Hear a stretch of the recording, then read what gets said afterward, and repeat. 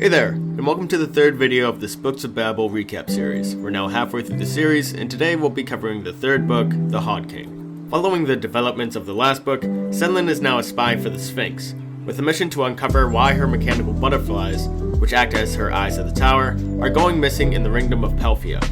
It's a strong possibility that it's related to a Hod revolution, led by a zealot named Luke Marat, as the butterflies go missing near the Colosseum, where the Hods are forced to fight for sport. The Sphinx warns Senlin not to go looking for his wife, who has since gotten married to Duke Willem Pell, also known as the Count, who took her from the baths in the first book. Valletta, however, promises Senlin that the rest of the crew will try to rescue her while on their own missions in Pelphia. Edith kisses Senlin goodbye, and Byron takes Senlin down to the 5th Ringdom on a wall walker. Senlin, who will be recording messages for Byron and the Sphinx via her mechanical moths, asks Byron that if he receives a recording addressed to Edith, that he shares it with her privately. Pelphia is a ringdom known for its outrageous fashion, frequent parties, and insatiable celebrity culture. There, Senlin goes under the alias Cyril Pinfield, and if you're expecting a 007-like transformation for Senlin, don't. Cyril Pinfield is the complete opposite of James Bond. He's an accountant from the Ringdom Boscopia, who mostly stays inside his hotel room instead of going to parties, and instead of a dry martini shaken not stirred, he only drinks room temperature water.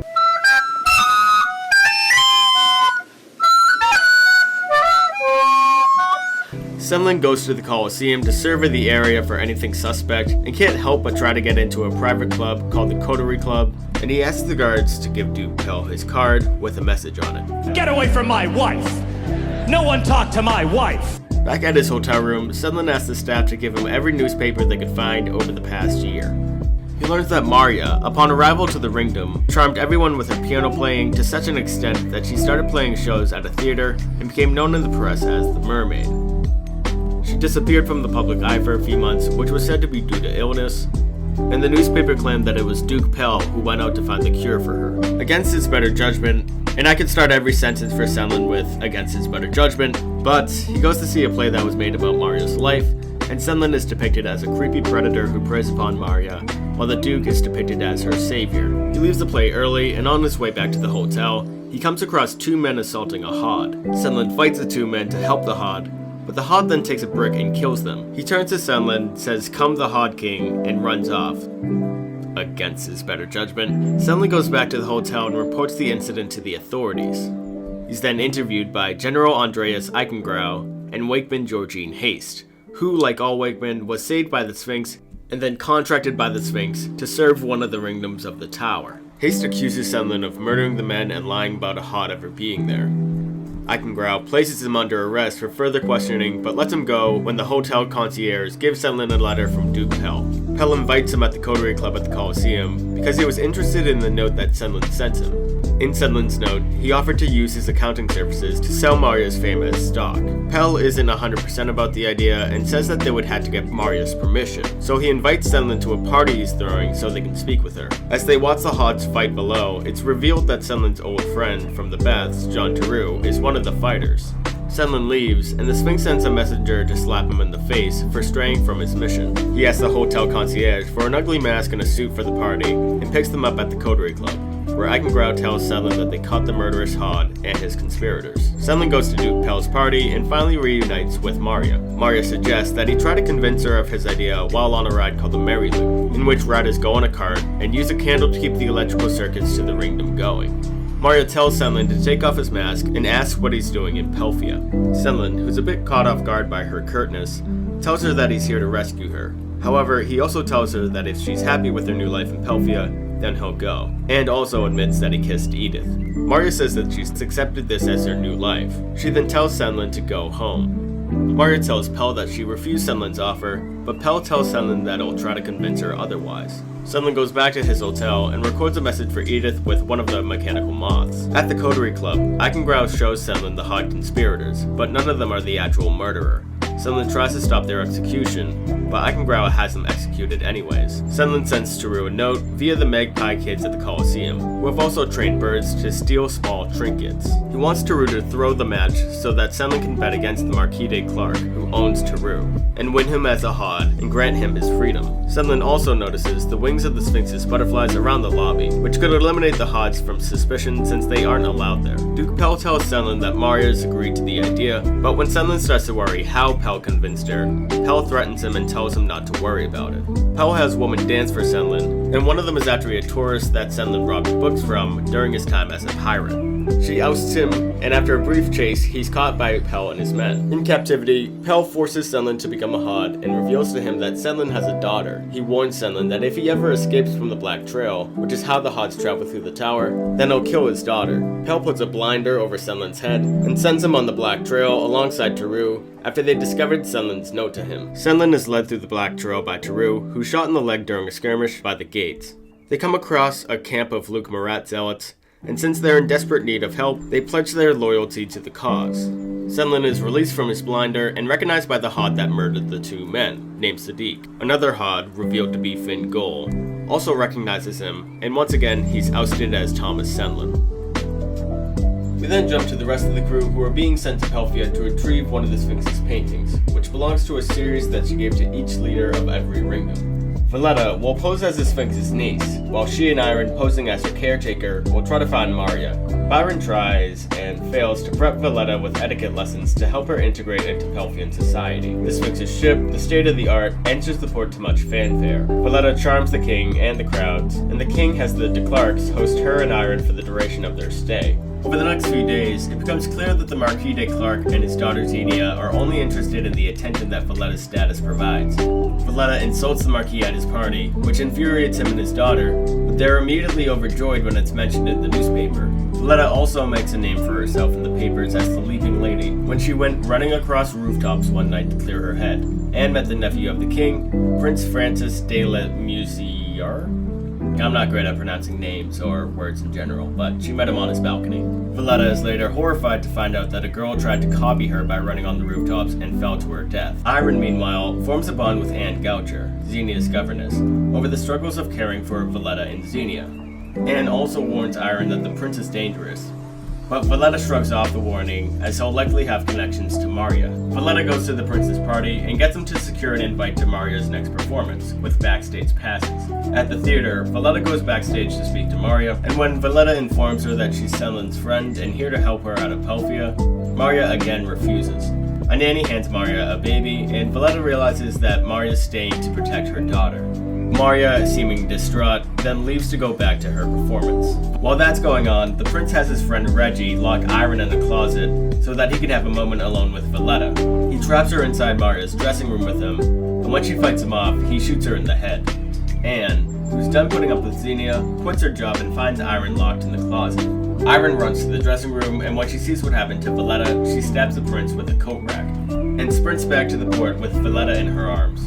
When she gets to the port, however, she sees the state-of-the-art fall from the sky. We then jump back to Senlin, who learns that Luke Moradis put a bounty on him since the Stonecloud crew blew up the Golden Zoo. Gol and Teru elect to deliver Senlin to him, but since Senlin will likely be killed on the trail, they have to go through the vents of the tower. While in the vents, Gol reveals that he lost everything after the destruction of his port and had to send his family to the baths. Later, the three are attacked by a creation of the Sphinx called a chimney cat, and they have to work together to defeat it. Senlin also realizes that the Sphinx intended him to fail in Pelphia, and get sent on the Black Trail to Marat, as she had him swallow a tracking device before leaving her lair. We then jump back to Edith before she departed for Pelphia. The Sphinx informs her that the Red Hand, or Redelman, will be her pilot on the state-of-the-art. He's a lot more subdued than he was before, but Edith still doesn't trust him. The Sphinx also shows Edith the reservoir in which he stores the excess lightning that powers the tower and her machines. Edith's mission is to collect the Ringdom's paintings, which connect to a zoetrope and reveals a code that will unlock the Bricklayer's vault, which will hopefully have something in there to prevent that explosion. On the way to Pelphia, Byron gives Edith a moth sent to her by Senlin. Senlin tells her that Marya rejected his offer and he's looking forward to seeing her again.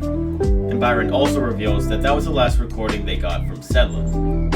Upon arrival, Edith is given a tour of Pelphia from the king, his inner circle, and fellow Wakeman Georgine Hayes. She asks for the painting and promises that in return, the Sphinx will share new technology with the Ringdom. The king tells her that they'll retrieve the painting and give it to her the following day. Edith then investigates Senlin's hotel room, and with the Duke's letters still there, suspects that he might have learned about Senlin's identity and done something to him. Then outside, she comes across a booth that pops out of the ground. It's called a Will-o'-the-Wisps, which if you enter and pull a lever, you get to see a magic mirror version of yourself. And Edith sees herself turning more and more into a machine. machine. Since Pelphia serves as the tower's fuse box, and the Mary Lou protects the electrical system, consider these booths as the Ringdom's circuit breaker.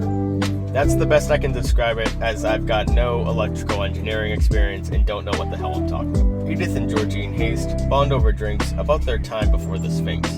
However, they're interrupted by the Ringdom's mechanical son getting stuck, and find that the Pelphians sent a hod boy up there to fix it. Edith goes up and rescues the boy, and Haste admires her heroism. The next day, the king tells Edith that the painting isn't in its usual spot, but promises that if she gives them another day, they'll find it. Edith asks Haste to show her the jail, where one of the guards tells her that Duke Pell recently took 2 men and tossed them into the Black Trail. Back at the port, Emmanuel Pound is sentenced to death for his failure as commissioner in the baths. However, Pound is uncharacteristically despondent, as it's revealed that it was his daughter that tried to emulate the leaping lady and fell to her death. Edith and Haste go to the Colosseum, where it's revealed that Eichengrau and his men found a hole into the Hod's cell, small enough to fit a small child. Eichengrau interrogates the Hods, and Edith finds a trapdoor leading into a library. While exploring the library, Haste shouts out, and a Hod tries to blow up the library, but dies before he can do so. Edith, Haste, and Eichengrau find research for a large machine relating to the Hod King. Edith and Haste go back to the state-of-the-art, where Edith intends to invite Haste to join her crew. But Haste reveals herself to be a Marat zealot who helped sneak the Hod engineers to work on the project in the library. Meanwhile, Byron overhears the king and his inner circle conspiring against Edith via the Sphinx's butterflies. They're worried about a war between the Sphinx and the Hods, and since the painting is missing, they don't want their rival Ringdom Algez getting new technology from the Sphinx. Redelman sees General Eichengrau and his men approaching the ship and opens the hatch for them to board. He waits for them to get on the bridge and lobotomizes them one by one with a needle. Eichengrau watches this unfold and leaves his men to save himself. Edith, meanwhile, fights Haste, and for a while it looks like Haste has the upper hand. But an upper hand is no match for a mechanical one, so Edith rips Haste's arm off and kills her. Byron is chased by soldiers and releases the Sphinx's clumsy machine Ferdinand, who playfully crushes them to death. Byron initially hides in the closet until he decides that he should help Ferdinand fight, and while he does, Ferdinand is shot and killed by Eichengrau. Byron, in a fit of rage, chases Eichengrau and shoots him as he flees from the ship. Eichengrau then orders that the Ararat, Pound's old warship, fire upon the state-of-the-art's envelope and take it out of the sky. Redelman, who's been studying the ship's controls, uses its levitators to stop it from freefall and return to the port. Edith orders that the ship open fire onto the Ararat and the port itself. Eichengrau tries to flee again, but Iron arrives with Valletta and crushes him to death. Redelman tells Iron that Valletta is dead, but with Iron's insistence, he revives her with the Sphinx's medium. With the battle over, Byron eulogizes Ferdinand, and it's revealed that the reason the machine was so clumsy and playful was because there was an actual dog inside. And look, I think Josiah Bancroft needs some prison time for that. Anne boards the ship with the rest of the crew, and her and Iron watch over Valletta, until she finally wakes up, calling for her brother Adam. Edith and Redelman enter Pelphia, and while the battle was going on in the port, Marat's Hods took the opportunity to bomb the Will-o'-the-Wisps and take out the Ringdom's power, leaving the Ringdom in shambles. Edith orders the king to give her evidence gathered on the Hod King from the library, then goes to Duke Pell's house to get Maria. The Duke tries to attack, and Edith breaks the Duke's arm. She gives Maria a third opportunity to leave Pelphia, which she accepts, and her and her daughter Olivette board the state-of-the-art as it leaves the Ringdom. When they return to the Sphinx's lair, they find that the gates aren't opening for them, which Byron finds distressing. Nevertheless, they continue their mission, starting with Algez to collect the rest of the Sphinx's paintings. Senlin, Taru, and Gol enter Marat's camp, and Senlin is actually able to convince Marat that he's a changed man, claiming that the Sphinx forced him into a contract that took his ship and crew away from him, and that the Sphinx sent him to Pelphia knowing that Maria would reject him. It also helps that Senlin rescued Sodiq and tried to stop a firing squad from killing innocent Hods. Marat reveals that he's not the Hod King, and that it's actually a colossal machine that can tear through the tower. So, the Hod King is incredible. There's so many gut punches in this book. Senlin is reunited with Maria, and it's botched. Edith finds a kindred spirit in Haste, and she's betrayed. Iron gets a love interest, who helps her process her relationship with Valletta, and Valletta is shot. And Byron and Ferdinand finally get out of their sheltered life in the Sphinx's lair, and Ferdinand dies. And that last one is just so cruel. Ferdinand dying is enough, but the fact that he's actually a dog is just too much. It does, however, lead to one of the saddest, most poignant moments in the series, as it's shown throughout The Arm of the Sphinx and The Hod King that Ferdinand's machinery includes the ability to play songs that he likes as he runs around, and while they're paying their respects to Ferdinand, Byron notices that the birds are chirping a song, which he says that Ferdinand would like, and that's just such a sweet send-off for such an innocent character. I also really liked how most of the book was set in one ringdom, and along with its structure in which each part of the book is dedicated to one storyline, you really explore a lot of the ringdom, and it's fun to see the certain Pelphian characters that pop in and out of each storyline. Pelphia is such a great ringdom for this book to be set in, because as the Hod Revolution escalates, you see how indifferent, entitled, and cruel the Pelphians act towards the Hods. And inside the Black Trail, Marat's camps are the only places offering a safe haven. So you really get the sense of how inevitable this conflict is from spending all this time in this one particular ringdom. Also, one last thing, Redoman lobotomizing people, and Ferdinand's music box playing before he bursts out of a storage room and crushes a bunch of soldiers. That's just straight horror movie stuff, and it was perfect. Overall, The Hod King is a devastating, thrilling addition to the Books of Babel series, with a very well-utilized setting and a bombastic third act filled with fantastic action and great character moments. That's it for this video. I plan on releasing a couple more videos on the Books of Babel, so keep an eye out for that, with the next video covering the final book in the series, The Fall of Babel.